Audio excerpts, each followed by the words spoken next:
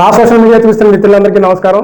ఈరోజు మనం చర్చించబోయేటటువంటి ముఖ్యమైనటువంటి అంశం ఒకసారి పరిశీలించినట్టయితే హిందూ వైవాహిక చట్టం అనేది మనం చూసినప్పుడు హిందూ వైవాహిక చట్టంలో అనేక రకాలైనటువంటి భారతీయ సంస్కృతికి సంబంధించినటువంటి అనేక రకాలైనటువంటి ఒక సాంస్కృతికమైనటువంటి ఒక అధునాతన జీవనాన్ని కలిగించేటటువంటి అనేక రకాలైనటువంటి జీవన విధానాలు కనిపిస్తూ ఉంటాయి.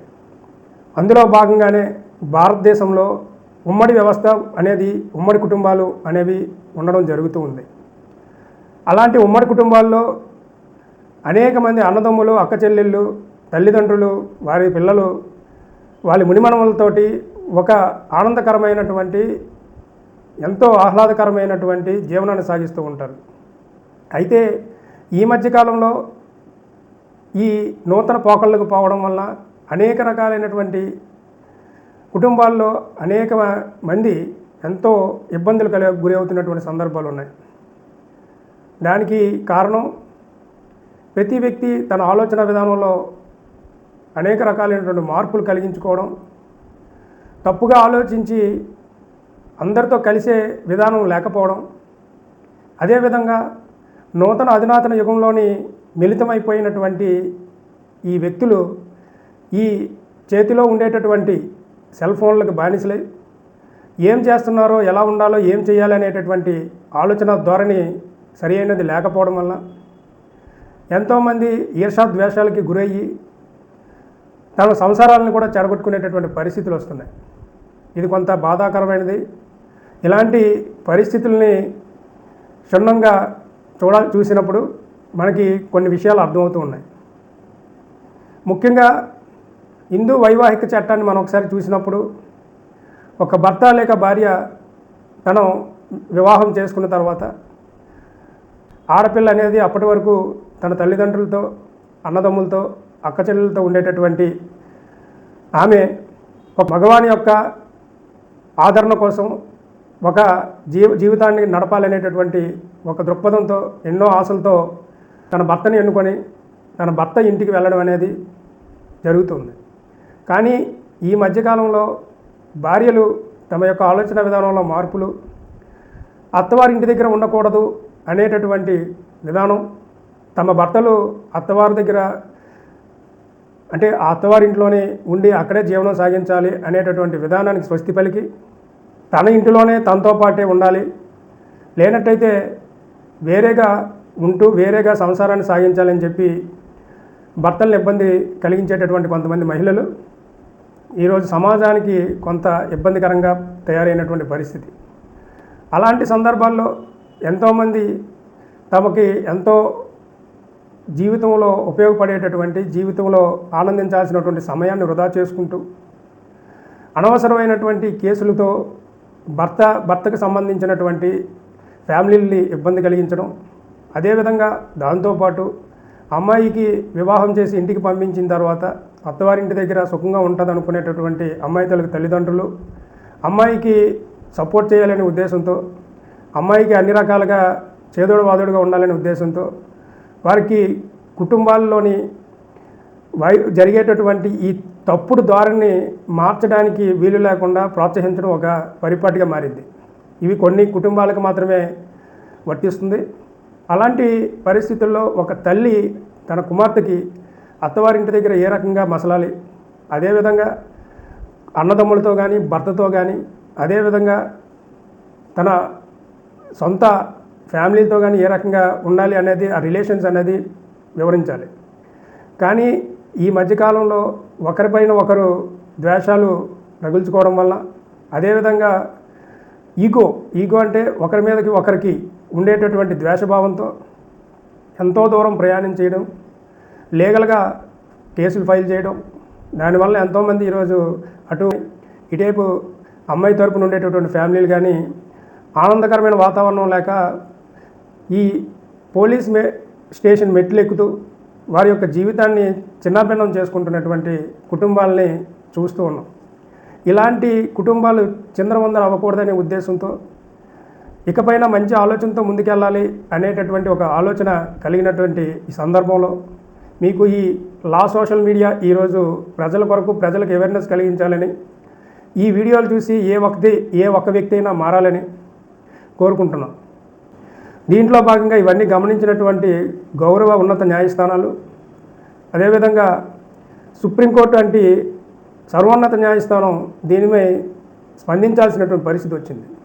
కారణం, రోజురోజుకి పెరుగుతున్నటువంటి ఈ 498 కేసులు వేధింపుల కేసులుగా రిజిస్టర్ అవుతున్నటువంటి సందర్భంలో, అదేవిధంగా కోకొల్లలుగా ఫైల్ అవుతున్నటువంటి డొమెస్టిక్ వైలెన్స్ కేసులు కానివ్వండి, ఇతరత్ర కేసులు కొంత హిందూ వైవాహిక చట్టాన్ని విఘాతం కలిగించే విధంగా ఉన్నాయని చెప్పి భావించాల్సిన పరిస్థితి వచ్చింది. దీన్ని ఎంతో బాధాకరమైనటువంటి ఈ సందర్భంలో ప్రతి ఒక్కరూ కూడా మంచి ఆరోగ్యకరమైనటువంటి జీవితాన్ని, సంసారాన్ని సాగించాలని కోరుకోవాల్సిన పరిస్థితి. కారణం, మీరు మీ వైవాహిక జీవనం వల్ల ఉండేటటువంటి మీ పిల్లలు, మీరు ఈ తగాదాలతో కోర్టు మెట్లు ఎక్కడం, పోలీస్ స్టేషన్ల చుట్టూ తిరగడం వల్ల వారిలో ఒక రకమైనటువంటి ద్వేషభావం కలగడం, దానివల్ల ఎంతోమంది విడిపోయి పిల్లలను అనాథలుగా చేసేటటువంటి పరిస్థితులు కనిపిస్తూ ఉన్నాయి. ఇలాంటి విషయాలను ఎప్పటికప్పుడు మీరుగా ఆలోచించి ఒకరికొకరు కాంప్రమైజ్ అయితేనే సంసారం అనేటటువంటి విషయాన్ని అర్థం చేసుకోలేనటువంటి ఇప్పుడున్నటువంటి ఈ ఫ్యామిలీలు మరొకసారి ఆలోచించినట్టయితే ఒకరినొకరు అర్థం చేసుకొని వారి తాలూకా మనోభావాలను అర్థం చేసుకున్నట్టయితే, కూర్చొని ఒకరి భావాలని ఇంకొకరు మనోభావాలని ఒకరు గౌరవించుకొని తీసుకెళ్ళినట్టయితే ఈ రకమైనటువంటి పరిస్థితి ఉండదని చెప్పి మా భావన. ఇక ఈరోజు ముఖ్యంగా మనం చెప్తున్నటువంటి అంశంలో చూసుకున్నట్టయితే, ఏదైతే సుప్రీంకోర్టు ఇచ్చినటువంటి కీలకమైనటువంటి తీర్పుల్ని కనుక చూడాల్సిన పరిస్థితి వచ్చినప్పుడు, అప్పటి వరకు చిన్నతనం నుండి తల్లిదండ్రులతో ఆనందకరంగా జీవించేటటువంటి అబ్బాయి తన మ్యారేజ్ చేసుకునే సమయంలో ఒక అమ్మాయి వేరే ఇంటి నుంచి వచ్చి పెళ్లి చేసుకున్నప్పుడు తన భర్త తల్లిదండ్రుల నుంచి భర్తను విడదీయాలి అనేటటువంటి ఒక క్రూరమైనటువంటి ఆలోచన అమ్మాయిలకి కలగడం, సపరేట్గా ఫ్యామిలీలు పెట్టమని చెప్పడం, అదేవిధంగా అమ్మాయి అత్తవారికి మామగారికి సరైనటువంటి ఒక పద్ధతిలో వారితో మాట్లాడకపోవడం, అనేక రకాలైనటువంటి సమస్యలు, ఒకటా రెండు అనేక రకాలుగా చెప్పచ్చు. ప్రతిదాన్ని అది అత్తవారు మామగారు కూడా ఆలోచించాల్సినటువంటి పరిస్థితి. ఒక ఆడపిల్ల ఒక ఇంటి నుంచి మన ఇంటికి వచ్చింది, మన ఇంటికి కోడలుగా వచ్చింది అనేటప్పుడు అత్తగారు ఒక వేరే ఇంటి నుండి ఆడపిల్లగా వచ్చిన వ్యక్తి అనే విషయం ఆమె గుర్తించాలి.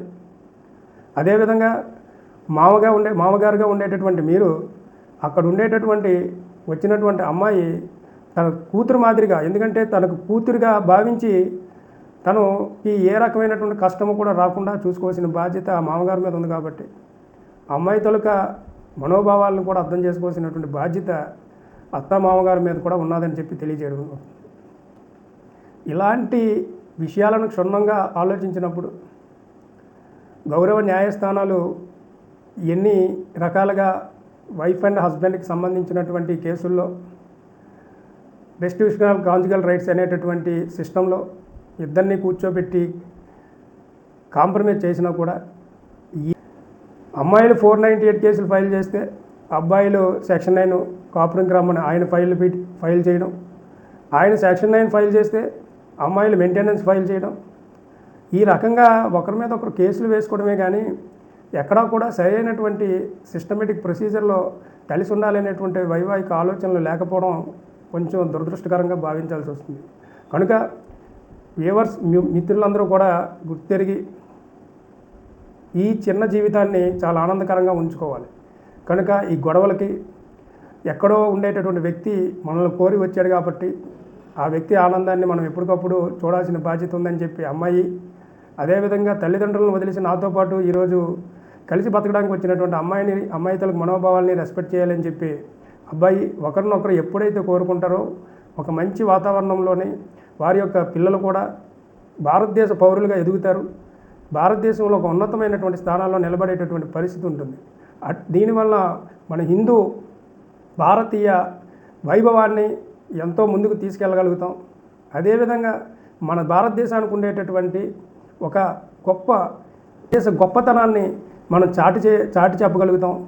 ఇతరత్ర దేశాల నుండి మన భారతదేశ గొప్పతనాన్ని ఎప్పటికప్పుడు చూస్తున్నటువంటి ఈ విదేశీయులు మన భారతీయ కట్టును బట్టును కూడా ఎంతగానో ఆదరిస్తూ వారు మనలో మమేకమవుతున్నప్పుడు వారికి మనం ఆదర్శప్రాయంగా ఉండాలని కోరుకుంటూ ఇలాంటి తప్పుడు ఆలోచనలతో కేసులు వేసుకొని జీవితాలు పాడు చేసుకోకుండా మంచి ఆలోచనలతోటి మంచి ఆరోగ్యకరమైనటువంటి వాతావరణంలో మీ తాలూకా జీవితాలు సంసారాలు తీసుకెళ్లాలని కాపురాలు సక్రమంగా నిర్వహించుకోవాలని చెప్పి తెలియజేస్తూ అందరికీ నమస్కారం.